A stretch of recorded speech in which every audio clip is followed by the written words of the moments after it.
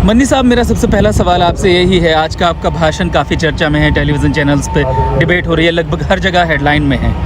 आपने कहा है कि हिंदुस्तान में मुसलमान बराबर हैं और किसी तरीके से कम नहीं है। मेरा आपसे सवाल ये है कि बार बार आपको असर्ट करने की ज़रूरत क्यों पड़ रही है कि हम बराबर हैं? भारत का तो संविधान ही कहता है कि सब बराबर हैं। बिल्कुल सही कह रहे हैं आप, लेकिन कई मर्तबा ऐसा होता है कि अपनी बात को और अच्छे से रखने के लिए हमको ये बताना ही पड़ता है कि हम सब बराबर हैं।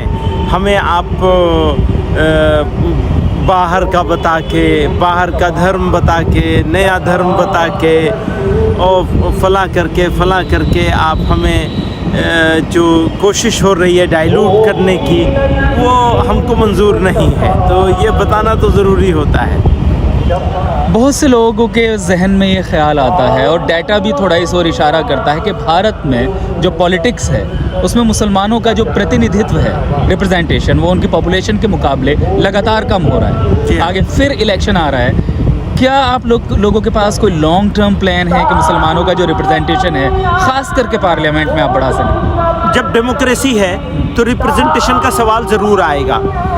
अब रिप्रेजेंटेशन का जब सवाल आएगा तो मैं जो बात कहूँगा इससे बहुत सारे लोग डिसएग्री करेंगे। मैं ये कहता हूँ कि रिप्रेजेंटेशन नंबरों के हिसाब से नहीं होना चाहिए, बल्कि इंसाफ, बराबरी और इक्वल अपॉर्चुनिटी उसके हिसाब से होना चाहिए। मान लीजिए नंबर मुसलमानों के कम रहे, थोड़ी देर को आप ये माने मुसलमानों का नंबर भी बढ़ जाए तो कोई हर्ज नहीं, लेकिन अगर कम रहे और नाइंसाफ़ी ना हो, इक्वल अपॉर्चुनिटी हो, अनजस्ट न किया जा रहा हो और एक ख़ास सोच को मुल्क में लाने की कोशिश न की जा रही हो, जुडिशरी अपना काम ठीक से कर रही हो, एडमिनिस्ट्रेशन अपना काम ठीक से कर रहे हो, लेजिस्लेचर्स अपना काम ठीक से कर रहे हो, तो अगर वो कमी होगी भी तो कुछ खलेगी नहीं। एक सवाल ये भी उठता है, जहां हम रामलीला मैदान में खड़े हैं, यहाँ से कई बार हिंदू राष्ट्र की मांग उठी है और बहुत से लोग ये मानते हैं कि भारत धीरे धीरे हिंदू राष्ट्र की तरफ बढ़ रहा है। तो अगर भारत उस दिशा में जाता है, मुसलमान अपने आप को कहाँ देखते हैं? देखिए, ये एक मुश्किल सवाल है और एक साथ सारे सवालों को एड्रेस करना मुश्किल है। हम ऐसा समझते हैं कि पहले उनको तय करना चाहिए, डिमांड करने वालों को, कि भारत राष्ट्र, हिंदू राष्ट्र का मतलब क्या है।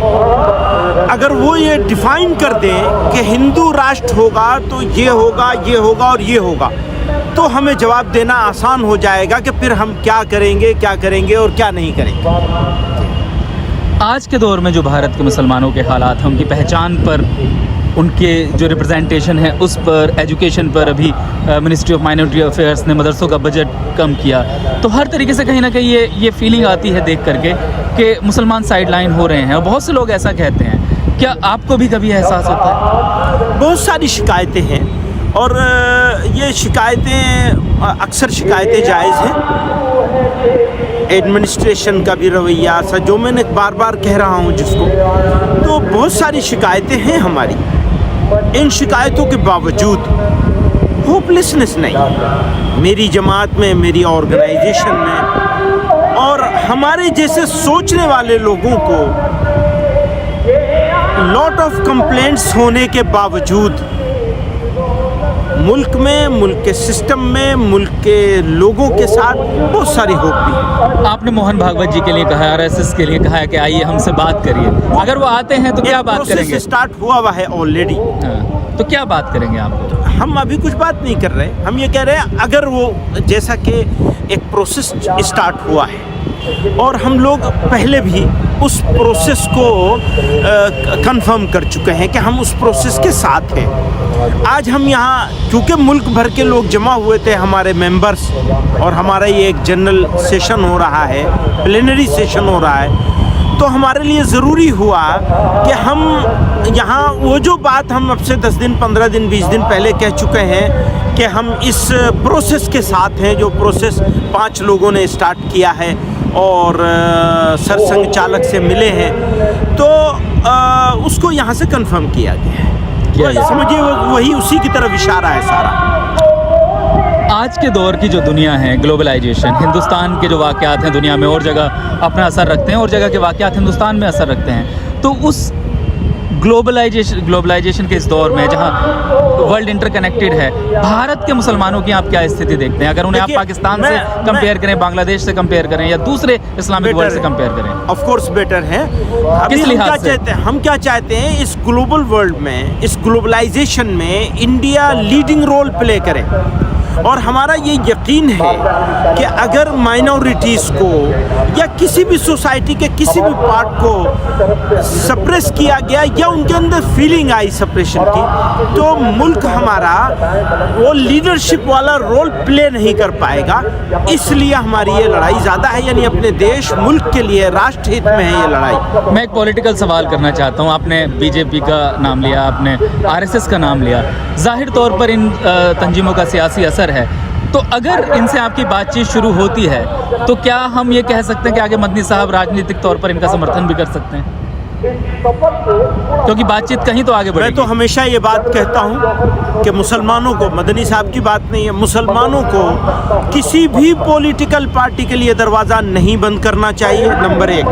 नंबर 2, कभी इस इरादे से खड़ा नहीं होना चाहिए कि किसी पर्टिकुलर पॉलिटिकल पार्टी को हर हाल में हराएंगे। तो मैं तो इस मत का आदमी हूँ। जी हाँ। मदनी साहब, आपने कई मुद्दों पर बात की। आपकी नज़र में आज हिंदुस्तान में मुसलमान का सबसे बड़ा चैलेंज क्या है? आप रिप्रेजेंट करते हैं मुसलमानों को। एजुकेशन।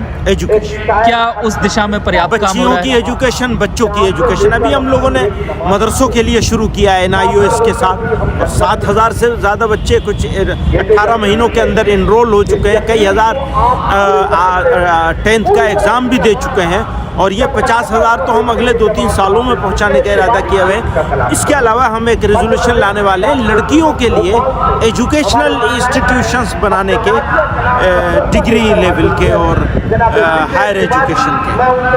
बस मैं आपसे आखिरी सवाल करूंगा, जो इस्लामिक पहचान वाली जगह हैं जैसे मथुरा मस्जिद हुई या इस तरीके की जो धार्मिक पहचान वाली चीज़ें हैं, इनको लेकर जो आजकल चल रहा है, हाँ, ये अदालतों में मामले जा रहे हैं, ये मुनासिब नहीं है, इससे बचना चाहिए। मेरा ये शुक्रिया।